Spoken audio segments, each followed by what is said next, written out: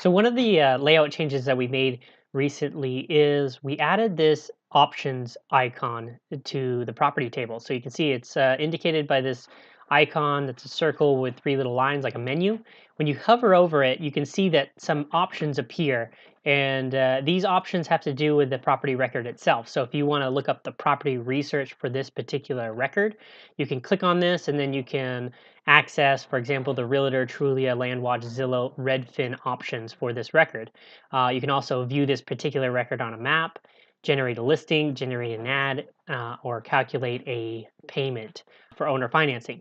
Now you can see that depending on what status the property is in, the options are different. So you can see here, the options on this record are different from the options of this record, and same for this one.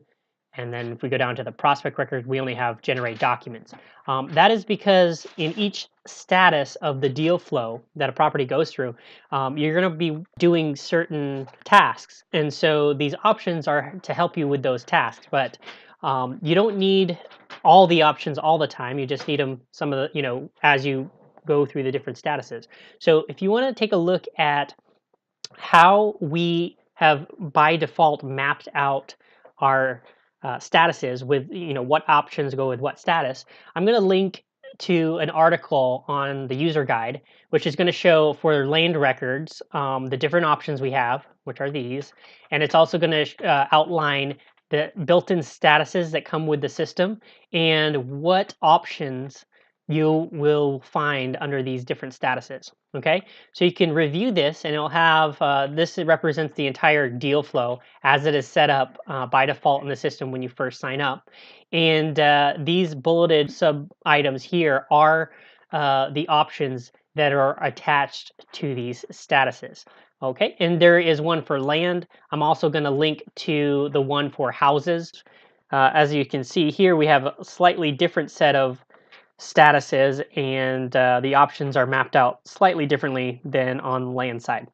So I'll link to these two articles and you can check that out. But I wanted to make you aware of this new layout change.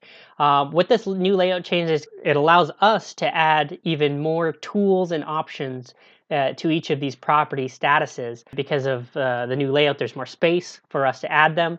And so we had to make this change in order to help us facilitate the upcoming new features that we're going to add, new tools we're going to add in the future. So I hope you enjoy this new update.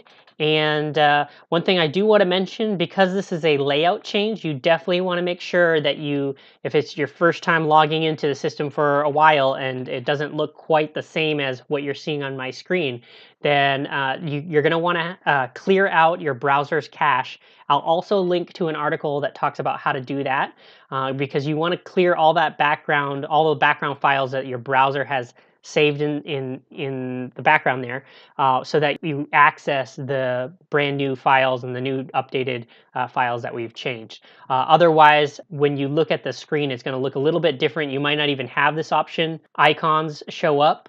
And the best way to resolve that is just to clear your browser's cache. So I'm going to link to the article on that, and then just make sure you do that. It will log you out of the application, out of the Investment Dominator. And so all you do is simply log back in, and then go over to this either the land deal section or the house deal section, and you'll be able to see the new option icons.